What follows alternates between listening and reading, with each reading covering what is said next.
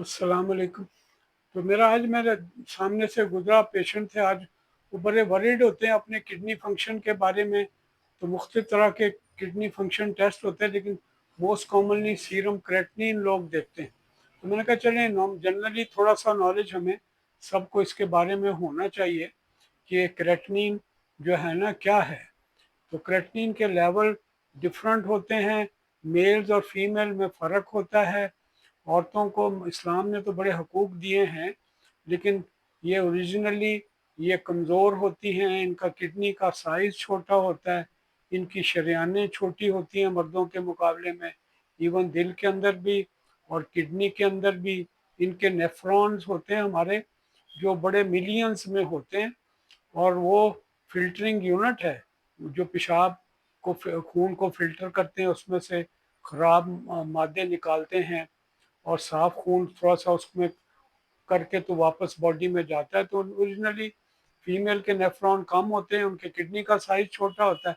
मर्दों का किडनी का साइज़ बड़ा होता है, उनके नेफ्रॉन ज़्यादा होते हैं, तो उनके लेवल भी थोड़े डिफरेंट हो सकते हैं।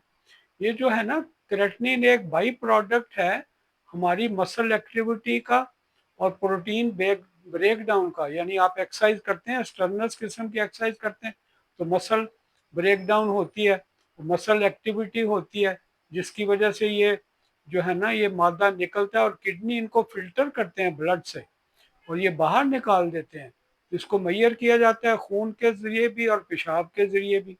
तो उनके लेवल जनरली मैं बता देता हूँ, पता होने चाहिए। नॉर्मली मेल्स के लेवल थोड़े से हायर साइड पे होते हैं, यानी 0.76 से लेके इवन 1.3 तक अपर नॉर्मल है।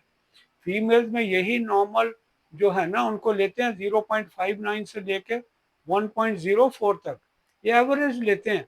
इसका मतलब क्या हुआ कि किडनी में अगर फीमेल का क्रेटिनिन 1.3 का बहुत ज़्यादा है, अगर किसी मर्द का 1.3 है तो अपर नॉर्मल पे है, उसको वॉच करना चाहिए। तो डिफरेंट है दोनों के, फीमेल्स में कम है और मेल्स में थोड़े ज़्यादा हैं, इसीलिए फिर ट्रीटमेंट डिफरेंस है। जैसे कुछ दवाइयाँ किडनी डिजीज़ में कुछ कम कर दी जाती हैं, तो फीमेल्स में थोड़ा कम लेवल पे बंद कर दी जाती हैं, मेल्स में थोड़ा ज़्यादा लेवल पे बंद कर दी जाती हैं। तो इनके जो इंक्रीज़ लेवल यूजुअली देखने में आते हैं और इंडिकेट करते हैं कि किडनी डैमेज होना शुरू हो गया है। और इट किडनी जो है ना इसको इन बाई प्रोडक्ट को, जो हमारी प्रोटीन ब्रेकडाउन और मसल एक्टिविटी का बाई प्रोडक्ट है, वो बाहर नहीं निकाल पाते, तो उनका लेवल जो है ना बढ़ जाया करता है। तो ये जो इसको इसको मेजर करते रहते हैं लोग, एक तो ये वजह होगी। दूसरा इसका डिपेंड करता है कि आपका उम्र क्या है, सेक्स क्या है, एथेनिसिटी क्या है, यानी किस रेस से ताल्लुक़ रखते हैं। कुछ रेसेस में थोड़े से क्रेटिनिन के लेवल ज़्यादा देखे जाते हैं और मसल मास पे डिपेंड करता है। जो हैवी ड्यूटी मसल होते हैं उनके क्रेटिनिन थोड़े ज़्यादा देखे जाते हैं। और जो है ना दूसरा, ये वक्ती तौर पे भी बढ़ जाते हैं, जैसे डिहाइड्रेशन हो गई है और मसल मास किसी वजह से रिड्यूस हो गया है, कुछ दवाइयाँ इनको कम कर देती हैं, जैसे मेटफॉर्मिन वगैरह जो लेते हैं ना, क्योंकि 100% अनचेंज फिल्टर आउट होते हैं किडनी से, इसलिए ये थोड़ा सा प्रॉब्लम पड़ सकते हैं, लेकिन ये सेफ हैं बशर्ते कि किडनी डैमेज ना हो। तो सिम्पटम क्या होते हैं इनके, जब ज़्यादा हो जाए तो थकावट लगती है और लगता है जैसे कोई आपके एनर्जी लेवल नहीं है, और ये चीज़ें इंडिकेट करती हैं। फटीग महसूस होती है, स्वेलिंग हो सकती है पाँव में, तो ये इंडिकेट करता है कि क्रिएटिनिन लेवल ज़्यादा हैं। कुछ दवाइयाँ इफ़ेक्ट करती हैं इसके ऊपर, जैसे non steroidal anti inflammatory drugs हैं, जैसे मैंने कहा था मेटफॉर्मिन्स हैं। ये सारी चीज़ें उसको इफ़ेक्ट कर सकती हैं। वो तो डिहाइड्रेशन हो जाए, उससे भी ऐसे हुआ करता है। तो दूसरा ये है कि तो ज़्यादा होने का कम लेवल भी देखे जाते हैं। दोनों लेवल कम होना या ज़्यादा होना, दोनों किडनी डिजीज़ को पॉइंट आउट करते हैं।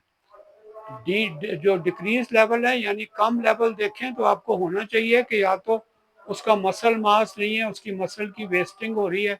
और कभी कभार को किडनी डिजीजेस कुछ किस्म की हैं जिसमें सीरम क्रेटिनिन जो है ना डिक्रीज हो जाता है।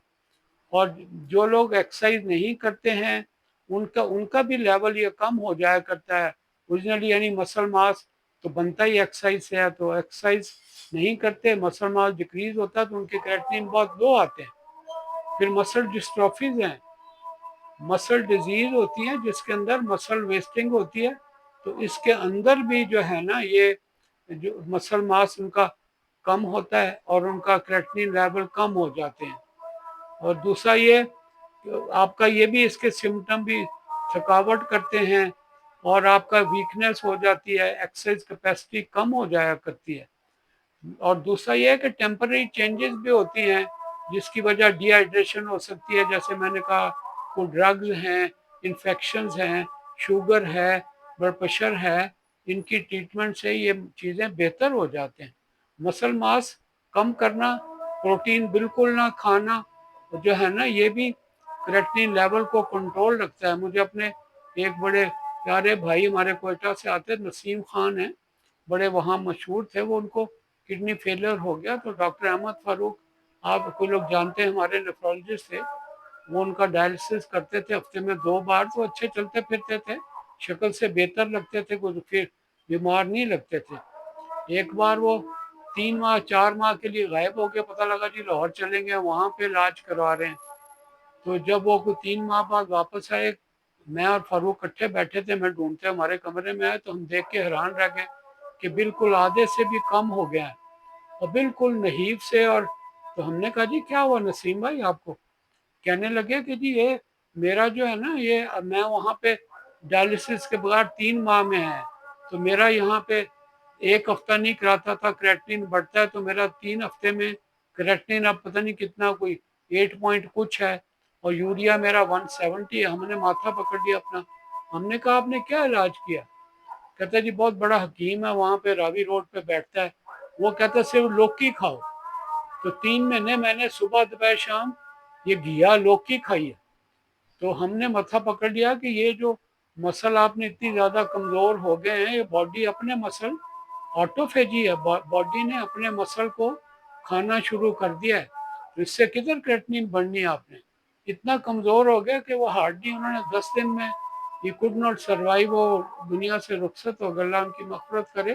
یہ بہت خطرہ ہے، یہ جو بہت ہم نے کسی کا کریٹنین 0.1 دیکھ لیں 0.2 دیکھ لیں، اس کا مطلب یہ ہے کہ سیریس ایشو ہے، ان کی مسل کمزور ہو گئے، ان کا ایکسرسائز کا لیول بہت کم ہو گیا، تو فوری طور پر آپ کو اس کو لوگوں ڈاکٹرز کی طرف نیفرولوجسٹ کی طرف رجوع کرنا چاہیے۔ تو یہ بڑی امپورٹنٹ چیزیں ہیں، مسل ماس کم ہو جائے ایکسرسائز نہ ہو تو کریٹنین نے کدھر بڑھنا ہے؟ اس لیے ہم کوشش کرتے ہیں، نیفرولوجسٹ تو میئر کر کے بتاتے ہیں کتنی پروٹین آپ نے لینی ہے، لیکن لوگ جو ہے نا تھوڑا سا کریں تو اس کو 4 گنا زیادہ کر کے لیتے ہیں۔ تو اس کے لیے کم رکھنے کے لیے آپ کو اینابولک اسٹیرائڈ ہوتے ہیں ان کو اوائڈ کرنا چاہیے۔ ویج ڈائٹ جو ہے نا یہ کریٹنین کو تھوڑا سا کنٹرول رکھتی ہے، اور اس کے علاوہ آپ کا جو ہے نا یہ ریڈ میٹ کو اوائڈ کرنا چاہیے۔ تو میں تو بالکل اوائڈ نہیں کرا، تھوڑا سا ایک چھوٹے سائز کی 1-2 انچ کی کچھ آدھے چھٹانگ کی بوٹی اس طرح کی آپ دن میں کھا سکتے ہیں۔ چکن اچھا ہے، چکن لے لیں، ہول گرین ہوتے ہیں، دوسرے گرین ہیں وہ آپ استعمال کر سکتے ہیں۔ اور ہائیڈریشن کا خیال رکھیں، 6-8 گلاس روزانہ پانی کے پئیں، تو یہ جو ہے نا آپ کا اس کو کنٹرول رکھتے ہیں۔ اور مگر بہت زیادہ ہیوی ایکسرسائز جو ہے نا وہ بھی کریٹنین وغیرہ کو زیادہ کرتی ہے، تو جو لوگ جن کو کڈنی ڈیزیز ہے، جو رینل فیلئر میں ہیں، ان کو خیال رکھنا چاہیے کہ بہت ہیوی ایکسرسائز نہیں ہے، ڈائیوریٹک ہیں، پیشاب والی دوائیاں ہیں، یہ بھی انکریز کر سکتی ہیں۔ اور آپ نے اوائڈ کرنا ہے دوسری حکیموں کے کشتے وشتے، یہ بہت ڈیمیجنگ ہیں۔ نان اسٹیرائڈل اینٹی انفلیمیٹری ڈرگز ہیں، میں نے پہلے بھی بتایا، جیسے ہیوی ڈوز میں ڈسپرین، آرٹیفین، بروفین، فیلڈین، کیفلام، بیفلام اور آکسی کیمپ، یہ حتی المقدور اوائڈ کرنے کی کوشش کریں۔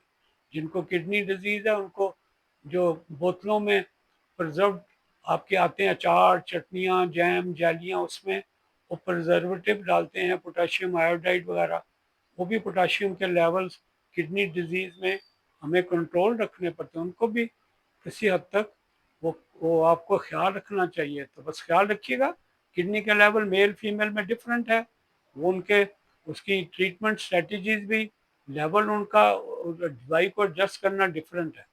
तो मैंने कहा एक छोटा सा टॉपिक है, हर बंदे का वास्ता पड़ता है, दिन लोग आते रहते हैं, तो जनरल छोटा सा नॉलेज आपको, बहुत ज़्यादा डिटेल में भी होता है, मैयर कर लेते हैं। क्रेटनिन जीएफआर हम मैयर कर लेते हैं। जीएफआर एक्चुअली खुद कोई टेस्ट नहीं है, फार्मूला से, मैं तो बेनक्रॉफ्ट फार्मूला है जिसके अंदर आपको उसका वेट पता हो, उसकी सेरूम क्रेटनिन पता हो, एज पता हो, तो हम उसको फार्मूले से निकाल लेते हैं।